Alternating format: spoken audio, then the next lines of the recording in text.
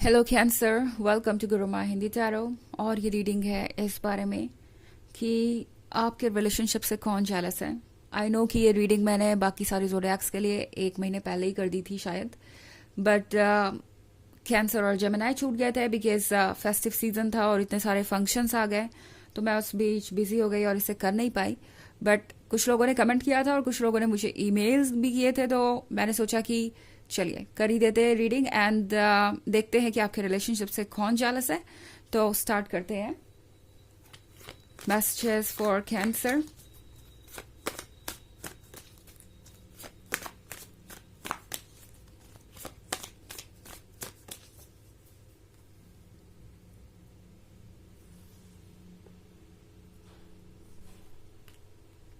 Two of Visions, the White Heart, Seeker of Challenges,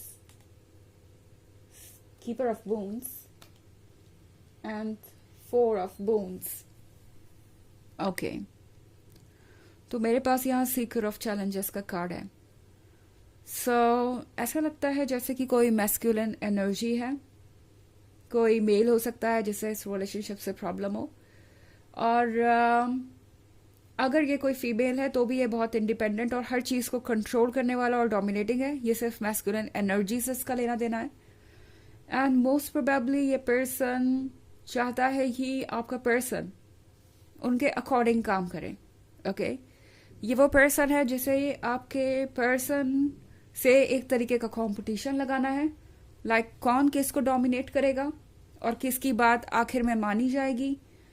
ये वो person है जिससे आदत है कंट्रोल करने की चीज़ें, तो मे बी ये इनके फैमिली मेंबर ही है, हो सकता है इनके फादर या ग्रैंडफादर हो, इवन फीमेल भी हो सकती है। बट ये जो भी है वो ऐसा पर्सन है जो फैमिली के लिए हमेशा रूल बनाता है। ओके, लाइक उनके अकॉर्डिंग ही हर कोई फैसले लेता आया हो। अक्सर वही डिसाइड करते हैं कि फैमिली में क्या ओके है क्या नहीं, रूल्स बनाते हैं और चाहते हैं कि चीज़ें उनके अकॉर्डिंग हो। और जब भी कोई चीज़ ऐसी होती है जो उनके अकॉर्डिंग नहीं होती, उन्हें लगता है कि उनकी अथॉरिटी को चैलेंज किया जा रहा है या उनके ईगो को चैलेंज किया जा रहा है।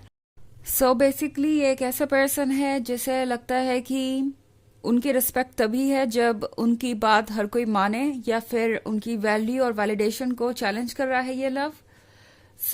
ये पर्सन काफ़ी ज़्यादा परेशान है। जब मैं बात करूँ आपके पर्सन की, आपका पर्सन सोच रहा है कि उनकी तो कोई मिस्टेक नहीं है। आप दोनों यही सोच रहे होंगे कि आखिर प्रॉब्लम क्या है इस पर्सन को। मे बी आपको पता हो सकता है या नहीं भी पता हो सकता है, ये आपके पर्सन पे डिपेंड करता है कि उन्होंने आपको बताया या नहीं। बट ये जो भी पर्सन है ये अभी बिल्कुल अजीब तरीके से एक्ट कर रहा है और आपका पर्सन नहीं समझ पा रहा कि ऐसा क्यों है। ये पर्सन दरअसल चाहता है कि हर कोई उनके चले हुए रास्ते पे ही चले।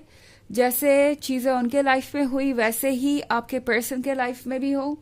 और ये रिलेशनशिप उन्हें लगता है कि बहुत दूर लेके जा रहा है उनसे, आपके पर्सन को। आप अपने अकॉर्डिंग चल रहे हैं, आप अपने टाइम के अकॉर्डिंग फैसले ले रहे हैं और आप अपने अकॉर्डिंग जीवन जीना चाहते हैं। बट ये वो पर्सन है जिसे लगता है कि आपके तरीके ठीक नहीं हैं, और ऐसा उन्हें इसलिए लगता है बिकॉज उन्हें खुद को ये आज़ादी नहीं मिली। ओके, सुनने में थोड़ा अजीब लगेगा बट ये रूल्स से ज़्यादा जेलसी के बारे में है। ये पर्सन वो है जिसे जेलस इसलिए महसूस हो रहा है बिकॉज उनके पास इतनी आज़ादी कभी नहीं थी। पॉसिबली ये वो पर्सन है जो जिंदगी भर सिर्फ जिम्मेदारियां निभाता गया। इनके पास कोई रिलेशनशिप नहीं था कभी, एंड सब कुछ इन्होंने दूसरों के अकॉर्डिंग किया, दूसरों की मर्जी से किया। और अब ये पर्सन समझ नहीं पा रहा कि आप दोनों अलग हैं, आप दोनों के हालात अलग हैं, आप दोनों का वक्त अलग है और आप दोनों के पास फ्रीडम है। तो ये पर्सन उस फ्रीडम से जेलस है जो आपके पास है। ये पर्सन बहुत ज़्यादा परेशान है कि कैसे वो चीज़ों को कंट्रोल करे, आपके पर्सन को कंट्रोल करे और आपको कंट्रोल करें। ये नहीं चाहते कि आप दोनों ज़्यादा मिलें। द वाइट हार्ट के साथ इस पर्सन को लगता है जैसे कि आप कुछ कर रहे हैं अपने पर्सन को खुद से अट्रैक्टेड रखने के लिए। द वाइट हार्ट के साथ ये पर्सन ये सोच रहा है कि आप यहाँ पे सिर्फ कुछ फायदे के लिए है, बिकॉज यहाँ पे 4 ऑफ बूंस का कार्ड है। तो इस पर्सन को ऐसा लगता है कि आप अपने पर्सन के साथ इसलिए रिलेशनशिप में हैं बिकॉज आपको किसी तरीके का एडवांटेज चाहिए या आप कोई फायदा ढूंढ रहे हैं, जैसे कि उनके पास बहुत कुछ हो आपको देने के लिए और आप उन्हें टारगेट कर रहे हो उनकी चीजों के लिए या फाइनेंसेस के लिए या गिफ्ट के लिए। मतलब इस पर्सन के दिमाग में हर तरीके की बात आ रही है, जबकि उनके पास इतना कुछ ऑफर करने के लिए है भी नहीं। एंड फिर भी ये पर्सन सोच रहा है कि जो कुछ भी उनके पास है वो सब आप लेना चाहते हैं इस पर्सन के थ्रू, एंड इसके लिए आप अपने चार्म का यूज कर रहे हैं। आप द व्हाइट हार्ट का कार्ड देख रहे हैं यहाँ। आप गॉर्जियस है, आप ब्यूटीफुल है, आप सेडक्टिव है, एंड ये चीज, ये एनर्जी आपकी हर कोई फील कर पाता है जो आपसे मिलता है। तो इस पर्सन को लग रहा है जैसे कि आप एडवांटेज लेना चाहते हैं किसी तरीके का और इंटेंशनली इस पर्सन को अट्रैक्ट करने की कोशिश कर रहे हैं। टू ऑफ विजन्स के साथ ये पर्सन वो है जो बहुत ज्यादा सोच रहा है इस रिलेशनशिप को लेके। ओके, ना सिर्फ जेलस है बल्कि ऑब्सेस्ड भी है कि ऐसा ना हो कि वो हार जाए, बिकॉज उन्हें लगता है कि वो आपसे हार रहे हैं। इस पर्सन को अपने कंट्रोल में करने के लिए, कंट्रोल में रखने के लिए, दरअसल इस पर्सन को लग रहा है जैसे कि आप उनकी कोई बहुत कीमती चीज ले रहे हैं। ये कार्ड देख रहे हैं आप, कीपर ऑफ बून्स का। इस पर्सन को हमेशा से ये लगता था कि आपका पर्सन उनके पास ही रहेगा, उनकी बात ही सुनेगा, उनका ट्रेजर है, उनकी ब्लेसिंग है, और उनके लाइफ में इस हद तक आपका इन्वॉल्व होना, आपका इतना इम्पोर्टेंट होना, आपका सबसे बड़ी प्रायोरिटी होना इस पर्सन के लिए थोड़ा सा मुश्किल हो रहा है बर्दाश्त करना, और इसीलिए ये पर्सन इतना जेलस है। हालांकि ये एक जर्नल रीडिंग है तो ये सबसे रेजोनेट नहीं करेगी। एनर्जी रिवर्स हो सकती है अगर आप क्रॉस वॉचर हैं। इसके अलावा अगर आप पिछले वीक की रीडिंग या ईयरली रीडिंग देखना चाहें 2024 के फर्स्ट क्वार्टर की, तो उसका लिंक आपको डिस्क्रिप्शन बॉक्स में मिल जाएगा हमेशा की तरह। चलिए आगे बढ़ते हैं और देखते हैं क्या मैसेजेस हैं आपके लिए कैंसर।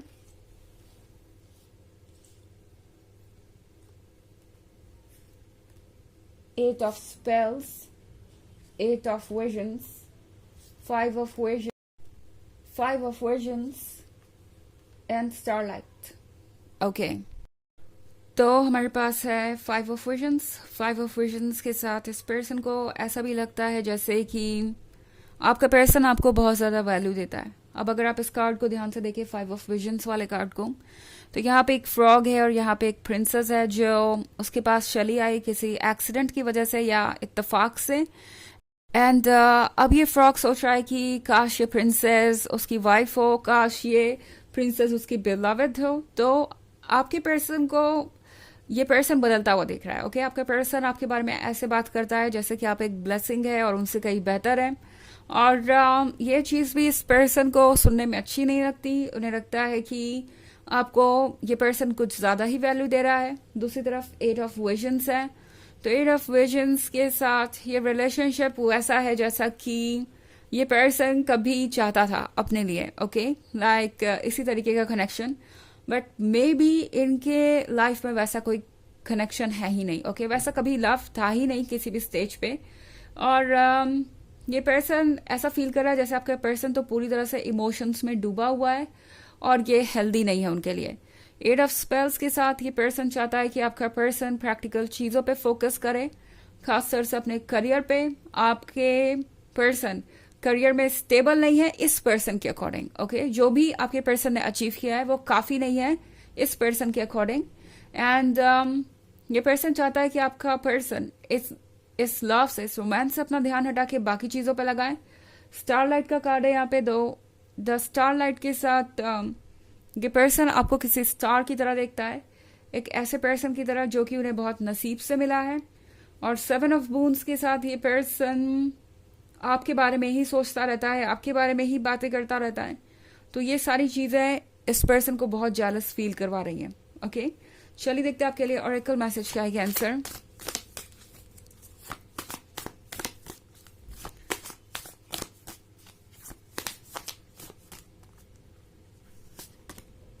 वाइल्ड विंड्स, तो वाइल्ड विंड्स के साथ चीजें संभालना मुश्किल हो सकता है इस वक्त, बिकॉज ये पर्सन हो सकता है आप दोनों के रिलेशनशिप में ऑब्स्टेकल्स के बाद ऑब्स्टेकल्स क्रिएट करना चाहे ताकि आप दोनों साथ में रहें और ताकि आप दोनों साथ में ना रहें और उनके लिए चीज़ें आसान हो जाएं। आपको ये बात बहुत बॉदर कर सकती है, परेशान कर सकती है, बट आप खुद पे भरोसा रखिए और इस रिलेशनशिप पे भी, बिकॉज इवेंट्स कुछ देर में ओवर हो जाएंगी।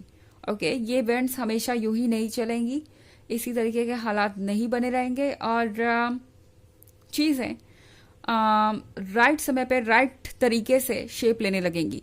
ओके तो ये है रीडिंग इस बारे में कि कौन आपके रिलेशनशिप से जेलस है। आई होप आपको अच्छी लगी होगी। Thanks for watching, till next video, bye.